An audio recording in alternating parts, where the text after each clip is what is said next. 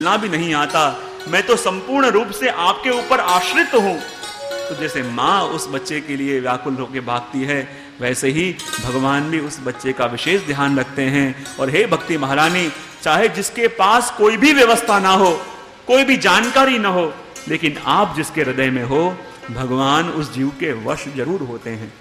अपन वार्तावी में पढ़ते हैं ना, रोज सास प्रभु की सेवा करती, बहू भी इच्छा करती कि कभी कभी मुझे भी सेवा करने दो, और सास कहती थी तुझे करना नहीं आएगा, तू रहने दे, तेरे में कहाँ अक्ल है। बेचारी रोज दुखी होती कि अरे मुझे सेवा करने नहीं मिलती, अपने हाथ पवित्र नहीं कर पाती। एक दिन क्या हो गया, वो सास को कुछ काम से बाहर गांव जाना हुआ, संत ठाकुर जी पधरा के ले जा सके ऐसी व्यवस्था नहीं थी।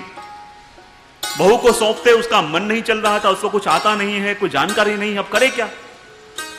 संग पधरा के जा न सके, युक्ति करी कोई बात नहीं, अपनी बहू को सारा क्रम बता दूं, 2 दिन जैसे तैसे करके संभाल लेगी।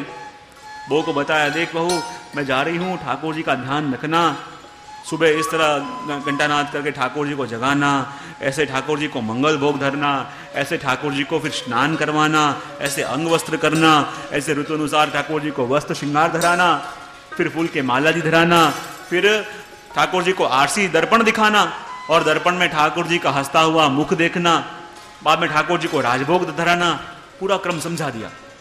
और उस बहू ने सारी वस्तु कंठस्थ कर ली, पहले ये करना है, ये करना है, ये करना है। सास चली गई बाहर गांव।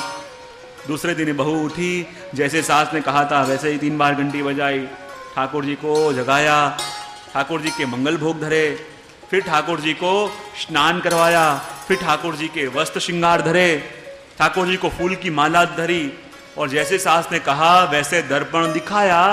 पर सास ने तो कहा था ठाकुर जी का हंसता हुआ मुख देखना, ठाकुर जी का मुख दिखा पर हंसता हुआ मुख नहीं दिखा।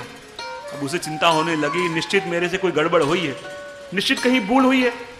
जब मेरी सास कह के गई थी कि ठाकुर जी का हंसता हुआ मुख देखना, यानी उनको रोज ठाकुर जी दिखाते होंगे, तभी तो कहा होगा।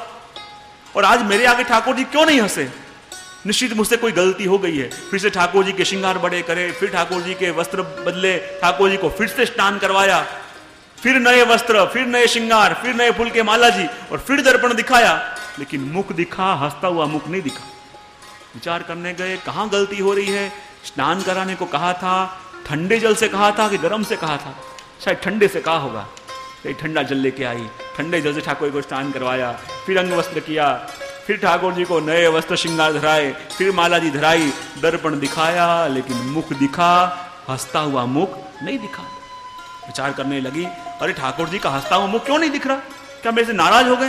निश्चित गर्म जल से स्नान कराने का कहा होगा। अब गरम जल लेके आई, फिर ठाकुर जी के वस्त्र श्रृंगार बड़े करे, फिर ठाकुर जी को स्नान कराया, फिर वस्त्र धराए नए, फिर श्रृंगार धराए, फिर माला जी धराई, फिर भी मुख दिखा, हंसता हुआ मुख नहीं दिखा। फिर ठाकुर जी को स्नान कराया, 8-10 बार स्नान करवा दिया, और फिर ठाकुर जी को वस्त्र धराए, फिर श्रृंगार धराए, फिर माला धरा के जहां दर्पण दिखाने गई, ठाकुर जी ने विचार किया जो अब की बार इसे हंसता हुआ मुख दिखाया नहीं तो पूरा दिन निलाती रहेगी। और जैसे ही दर्पण दिखाया, ठाकुर जी मंद मंद मुस्कुरा दिए, और जहां ठाकुर जी मंद मंद मुस्कुरा दिए वो बड़ी प्रसन्न हो गई। अरे मेरे ठाकुर जी हंस गए, मेरे ठाकुर जी आज प्रसन्न हो गए। और फिर तो ऐसी दशा हो गई कि वो बहू सेवा के कमरे में आवे और उसे देखते ही ठाकुर जी को हंसी हो जाए। ठाकुर जी कहने लगे, सारे संसार के लोग मेरे पास आते हैं, अपने दुखड़े कह कह के मुझे रुला जाते हैं, और ये मेरी पहली भक्त ऐसी है जिसको देखते ही मुझे हंसी आ जाती है। और फिर तो जब तक रही ठाकुर जी की सेवा करती रही, जैसी आवे उसको देखते ही ठाकुर जी हंस पड़े। और बहुत दिनों के बाद सास आए, कहने लगे मेरी बहू ने तो काफी गलतियां कर दी होंगी, लेकिन अब मैं आपको प्रेम से अरुगाऊंगी, प्रेम से सेवा आपकी करूंगी। तब प्रभु ने भी कहा कि देखो आप मेरी सेवा बहुत सुंदर करती हो, इसमें कोई शंका नहीं, चाहे मेरी सभी सेवा आप करना, पर आरसी दिखाने की सेवा तो आपकी बहू से करवाना, जिसको देखते ही हंसी आ जाती है।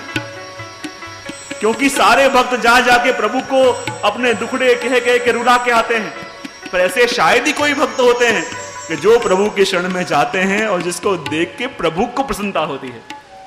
और कहा है भक्ति महारानी, आप ऐसी ही हो कि जिसके हृदय में आप हो और फिर उसे कोई भी वस्तु की अपेक्षा नहीं रहती, कोई भी वस्तु की कामना नहीं रहती। हे प्रभु, हे भक्ति महारानी आप चिंता न करो। और जैसे जैसे नारद जी ने भक्ति को उनका महात्म ज्ञान करवाया और महात्मा सुन के भक्ति महारानी के अंग पुष्ट होने लगे, नारद जी का धन्यवाद किया और कहा देखो देवर्षि, आपकी इस महात्मा को सुन के मेरे अंग तो पुष्ट हो गए, लेकिन दोनों मेरे जो मूर्छित होके लेटे हुए हैं, ऐसे मेरे दोनों पुत्र ज्ञान और वैराग्य की मूर्छा को आप दूर करिए। नारद जी पास आए, उठाने लगे, हे ज्ञान उठो, हे वैराग्य उठो। उठ नहीं रहे। विचार किया वेदों के मंत्रों का गान करूं, शायद इसके प्रभाव से उठ जावें। दोनों के कानों के पास आके वेद के मंत्र बोले, कुछ कुछ आंखें खुलती, लेकिन इतना प्रगाढ़ आलस्य था, वापस सो गए। गीता के पाठ किए, गीता पाठ से भी उनकी निंद्रा दूर न हुई। विचार करने लगे, वेद के मंत्रों से भी जिनकी निंद्रा दूर न हुई, गीता के पाठ से भी जिनकी निंद्रा दूर न हुई, अब उनकी निंद्रा